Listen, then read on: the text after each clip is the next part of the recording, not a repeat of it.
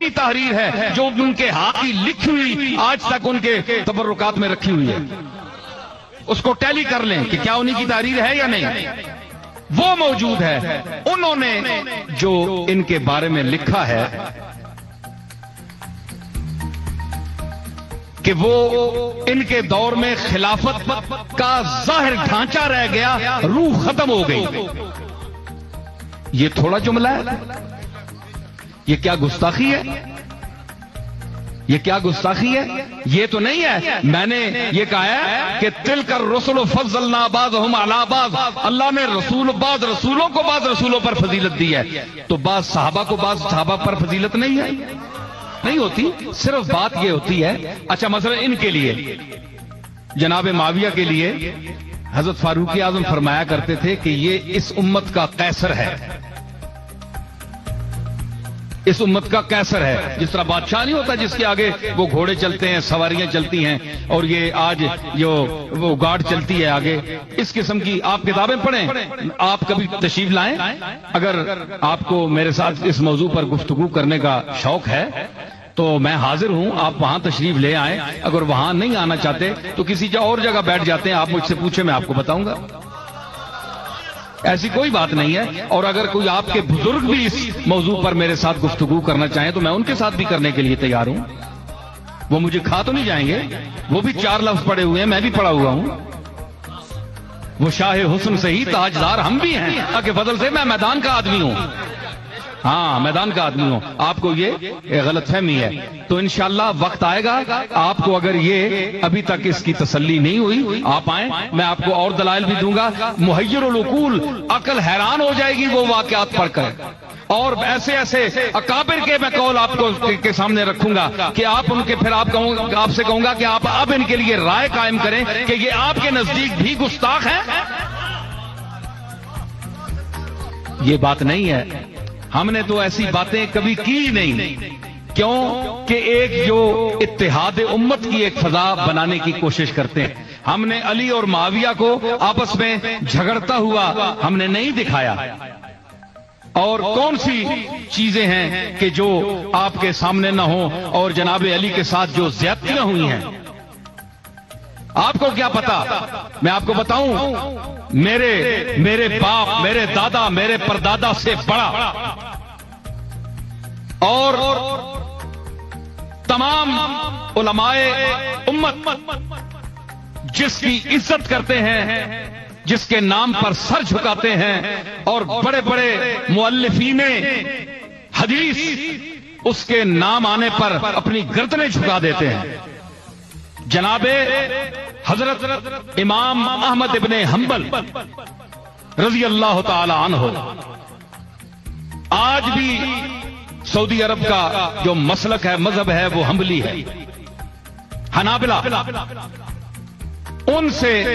پوچھا گیا، انہوں نے جو تقریر کی ہے، آپ امام احمد ابن حنبل کو بھی گستاخ کہیں گے؟ آئیے امام حنبل کو میں سامنے لاتا ہوں، انہوں نے اس سے بھی بڑی گستاخی کی ہے، میں نے تو کچھ کہا ہی نہیں، ان سے بڑی گستاخی کی ہے، اور آپ مجھے لکھ کر دیں گے کہ امام احمد ابن حنبل گستاخ ہے،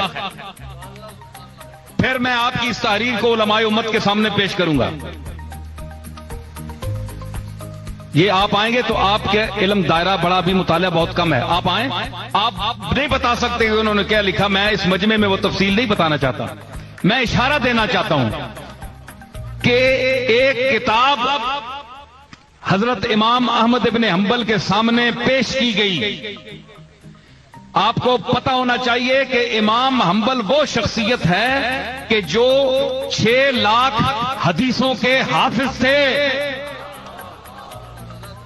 2 لاکھ موضوع حدیثیں ان کو یاد تھی، جعلی حدیثیں جو لوگ بنا لیتے تھے، وہ بھی امام احمد ابن حنبل نے یاد کی تاکہ پتہ چلے کہ یہ جعلی حدیث ہے یا اصلی ہے۔ اتنے بلا کا، حافظے کا آدمی، اور جس کا مقلد پیران پیر حضرت غوث پاک عبد القادر جیلانی بھی اس کا مقلد ہے۔ ان کے سامنے ایک کتاب پیش کی گئی جس میں بنو امیہ کے لیے بڑے اچھے الفاظ حدیث کے نقل کیے گئے، کچھ دعائیں کی گئیں، کچھ ان کے لیے فضائل بیان کیے گئے۔ تو ان کے صاحبزادے عبداللہ نے جب ان کے سامنے یہ کتاب المروانیہ اس کا نام تھا وہ پیش کی تو انہوں نے اپنی گردن مبارک، حضرت امام احمد بن حنبل کی اس وقت 80-82 سال کی عمر تھی، تو لکھ لکھ کر ان کے گھٹنے جو ہیں وہ سر کے اوپر ہو گئے تھے. پھر جو وہ خلق قرآن کے سلسلے میں جو عذاب جھیلتے رہے، بادشاہ ایک وقت کے ساتھ ٹکر لی. تو انہوں نے کہا کہ عبداللہ نے کہا کہ بابا یہ کتاب دیکھیں،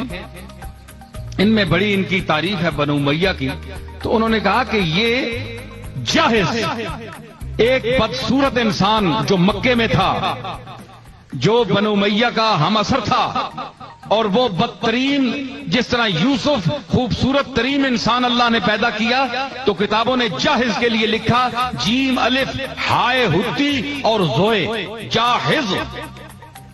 تو بدترین صورت والا ایسا بدصورت انسان کسی نے نہیں دیکھا، اتنا بدصورت تھا وہ. اور اللہ نے اس کو کمال کیا دیا تھا کہ جب وہ اب موڈ میں بولتا تھا تو ایسا فصیح و بلیغ جملہ عربی کا نکلتا تھا اس کے منہ سے جس طرح حضور رسالت میں آپ بول رہے ہوں. حضور سے ملتا جلتا، اس میں حضور کی فصاحت و بلاغت کی بو آتی تھی، خوشبو آتی تھی، اتنا فصیح تھا وہ. جملہ بولتا تھا تو پتہ لگتا تھا کہ رسول اللہ کی حدیث کا ٹکڑا ہے. اس کو بنو امیہ نے پیسے دیے اور ان سے جعلی حدیثیں گھڑوائی. حضرت امام حنبل نے یہ جملہ فرمایا اور لکھا ہوا ہے، میرے پاس ثبوت ہے. یہ ایک امام کی تحقیق ہے اور بہت بڑا امام ہے، میں اپنی طرف سے نہیں کہہ رہا ہوں. یہ ساری ان کی یہ گھڑوائی ہیں اور یہ حدیث جعلی گھڑوا کر اس کو بعد میں نقل کیا، ساری کتابوں نے نقل کیا. تو مطلب یہ ہے کہ انہوں نے کہا کہ یہ چیز جو ہے، انہوں نے ایک اور جملہ کہا، امام احمد بن حنبل نے فرمایا کہ اصل بات ہے یہ ہے بیٹا کہ علی قلیل الاحبا تھا اور کثیر الاعداء تھا. علی کے دوست تھوڑے تھے، دشمن زیادہ تھے. تو اس کی وجہ کیا ہوتی ہے؟ یہ تو امام احمد بن حنبل کا ارشاد ہے نا جو میں پیش کر رہا ہوں. اس کی وجہ میں نے کیا سمجھی؟ اس لیے کہ دوست ہوتے ہیں ان کے زیادہ جن کے جو کھلائیں، جن کا دسترخوان وسیع ہو، جو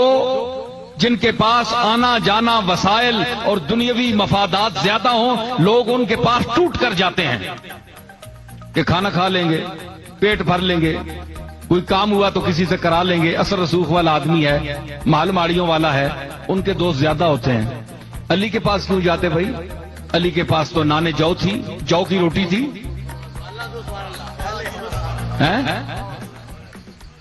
علی کے پاس جو کی روٹی، اور ان کے دسترخوان پر اگر جو کی روٹی بھی رکھی ہو تو سائل آواز دے تو وَيُطْعِمُونَ الطَّعَامَ عَلَىٰ حُبِّهِ مِسْكِينًا وَيَتِيمًا وَأَسِيرًا کے حوالے سے وہ یتیموں اور مسکینوں کو سامنے سے اٹھا کر روٹی دے دیتے ہیں، خود بھوکے رہتے ہیں ان کو دیتے ہیں. اور پھر علی کو اللہ نے وہ مقام عطا فرمایا کہ رسول اللہ نے فرمایا انا مدینۃ العلم وعلی بابها، کہ میں علم کا شہر ہوں اور علی اس کا دروازہ ہے. تو علی کو دروازہ فرمایا. حضور نے بھی فقر اختیار فرمایا. حضور کے گھر بھی دیگیں نہیں پکتی تھیں، آپ کا فقر اختیاری تھا. تو آپ نے 3 دن اپنے شکم مبارک پر پتھر باندھے تو وہی رنگ تھا علی میں. تو پھر اسی چیز کا وارث اسی کو بنایا جو اس کا اہل تھا. تو یہ چیزیں جو ہیں ان کے پاس آپ آئیں، دیکھیں، کسی صاحب کو کوئی سوال ہو، کوئی تکلیف ہو تو تشریف لائیں، ہم حاضر ہیں، کہیں بیٹھ کر بات کر سکتے ہیں. میں اس کے علاوہ اور بہت سی چیزیں پیش کر سکتا ہوں. تو یہ بات نہیں ہے. مطلب یہ ہے کہ آج ہم اپنے گھر آپ سب ہم کہ عبادت ضرور کرو لیکن گناہگار نو بچشمے کم نہ ویکھو، حقیر نہ سمجھو، اس واسطے کہ محتاج عبادت کرم یار نہیں ہے.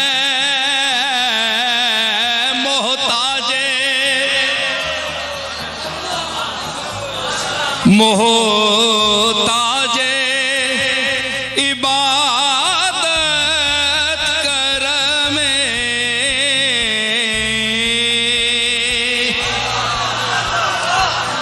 یار نہیں ہے، محتاج عبادت کرم یار نہیں ہے، غنی للعالمین ہے، کوئی عبادت کرے نہ کرے، یغفر لمن یشاء ویعذب من یشاء، جساں چاہے عذاب دے وے، جساں چاہے بخش چھوڑے، محتاج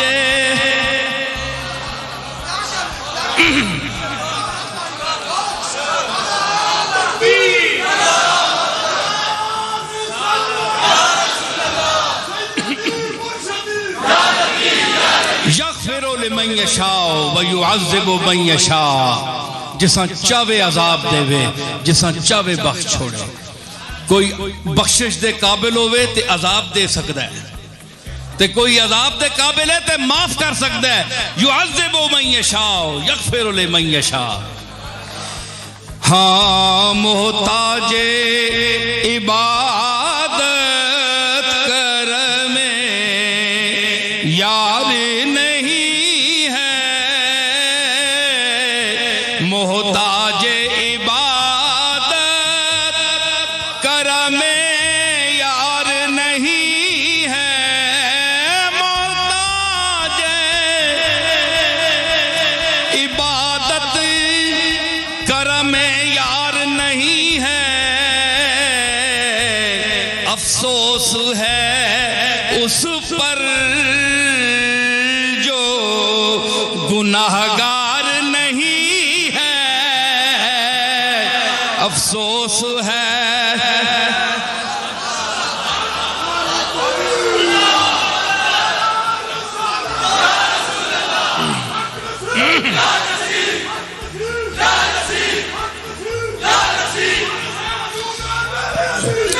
محتاج عبادت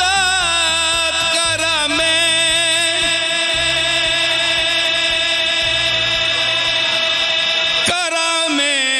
یار نہیں ہے، محتاج عبادت کرم یار نہیں ہے، ارے افسوس ہے، افسوس ہے، افسوس ہے اس پر جو گناہگار نہیں ہے، افسوس ہے۔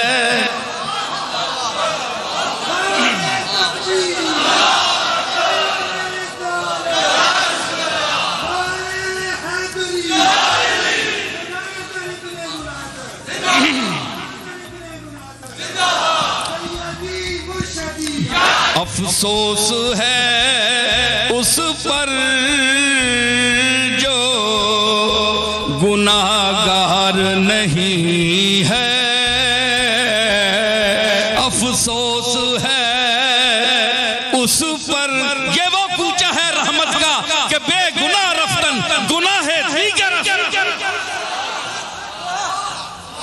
اتھے رحمت نہ کوچے کہ اتھے کوئی بے گناہ آ جاوے تے اس تے وکھرا اے جرم لگ دے کہ تو کوچے رحمت بے گناہ ہے، اے وکھرا تیرا گناہ وے۔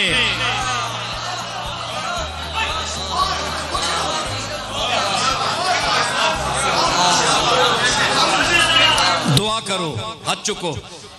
یا رب بمحمد و علی و زہرا، یا رب حسین و حسن و آل ابا،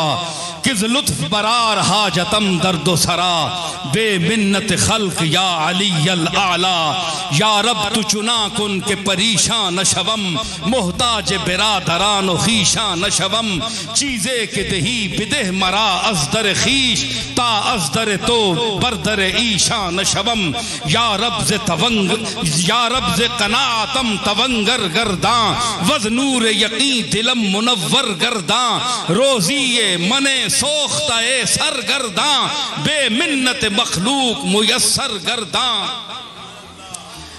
یا رب در خلق تک یگا ہم نہ کنی محتاج گداؤ بادشاہ ہم نہ کنی موے سیاہ ہم سفید کر دی ذکرم بابوے سفید رو سیاہ ہم نہ کنی یا رب ز قناعتم تونگر گرداں وز نور یقین دلم منور گرداں روزی یہ منے سوختہ سرگرداں بے منت مخلوق میسر گرداں یا رب برسالت رسول الثقلین وز بحر غزا کنندہ بدر و حنین اسیان مرا دو حصہ کن در عرصات نیم بحسن ببخش و نیم بحسین ربنا لا تؤاخذنا ان نسینا او اخطانا ربنا ولا تحمل علينا اسرا كما حملته على الذين من قبلنا ربنا ولا تحملنا ما لا طاقة لنا به واعف عنا واغفر لنا وارحمنا انت مولانا فانصرنا على القوم الكافرين وصلى الله تعالى على خير خلقه محمد وعلى آله واصحابه وازواجه وإترته واولیاء امته اجمعین برحمتک یا ارحم الراحمین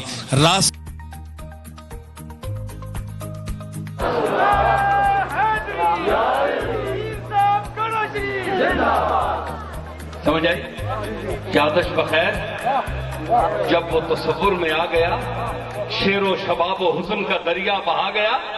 جب عشق اپنے مرکز اصلی پہ آ گیا خود بن گیا حسین زمانے پہ چھا گیا اتنا تو ہے کمال میرے شیر میں جگر وہ مجھ پہ چھا گئے میں زمانے پہ چھا گیا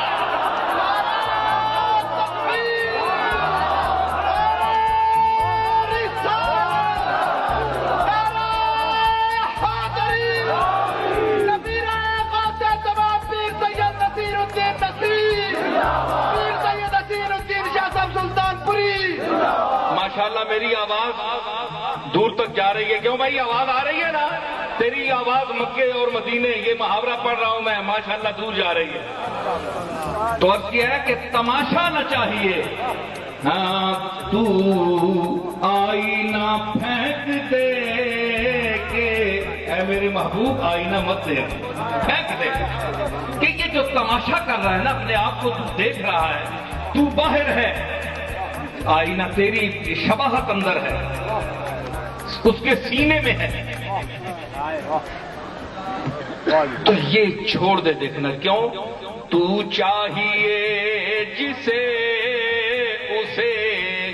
تجھ سا نہ چاہیے تو چاہیے کیونکہ شیشے میں باہر جو کھڑا ہوتا ہے جو رائی ہوتا ہے دیکھنے والا اس کا عکس ہوتا ہے شیشے کے اندر شیشے میں من وجہ اصل ہوتی ہے اور من وجہ اصل نہیں ہوتی ٹھیک ہے تو اس لیے جو تجھے دیکھنا چاہتے ہیں وہ تیرے عکس کو دیکھنے پر راضی نہیں ہے ہمیں تو خالص تو چاہیے سمجھ آئی نا تو یہ ہے یہ وہ دنیا ہے جس دنیا کی طرف میں آپ کو ذرا ذوق و شوق کی محفل کی طرف بھی میں آپ کو لے جا رہا ہوں کیونکہ یہ جو صرف کہتے ہیں نا جناب کہ صوفی کیا ہے صوفی کیا ہے صوفی کا کلام کیا ہے میں شاہ صاحب قبلہ سے بھی کئی مرتبہ گزارش کر چکا ہوں کہ آپ مدارس میں فارسی زبان کو ضرور رکھیں اگر آپ نے فارسی کو چھوڑ دیا تو اس کا مطلب ہے کہ آپ طلبہ کا اپنے جو آپ کے متعلمین ہیں ان کا رشتہ آپ بزرگان دین کی جو اقوال اشعار کلام سے ہے اس سے آپ استوار رکھنا نہیں چاہتے فارسی زبان ضروری ہے علی حجویری کی کتاب مولانا جامی بڑے بڑے اولیاء اللہ پیر میر علی شاہ صاحب کا جو کلام فارسی ہے، تصانیف فارسی میں ہے، تو آخر اس کو کون سمجھے گا؟ اگر آج ہمارے طلبہ ان کو نہیں سمجھیں گے تو فارسی زبان کو کون سمجھے گا؟ صرف عربی سے کام نہیں چلتا. اگر عربی سے کام چلتا ہوتا تو حضور یہ نہ بولتے، حضور فارسی نہ بولتے. بڑے علماء بیٹھے ہیں، میں گزارش کروں گا، میں ایک حدیث پیش کر رہا ہوں کہ جس زبان کو حضور نے نوازا ہو اپنی زبان اطہر سے،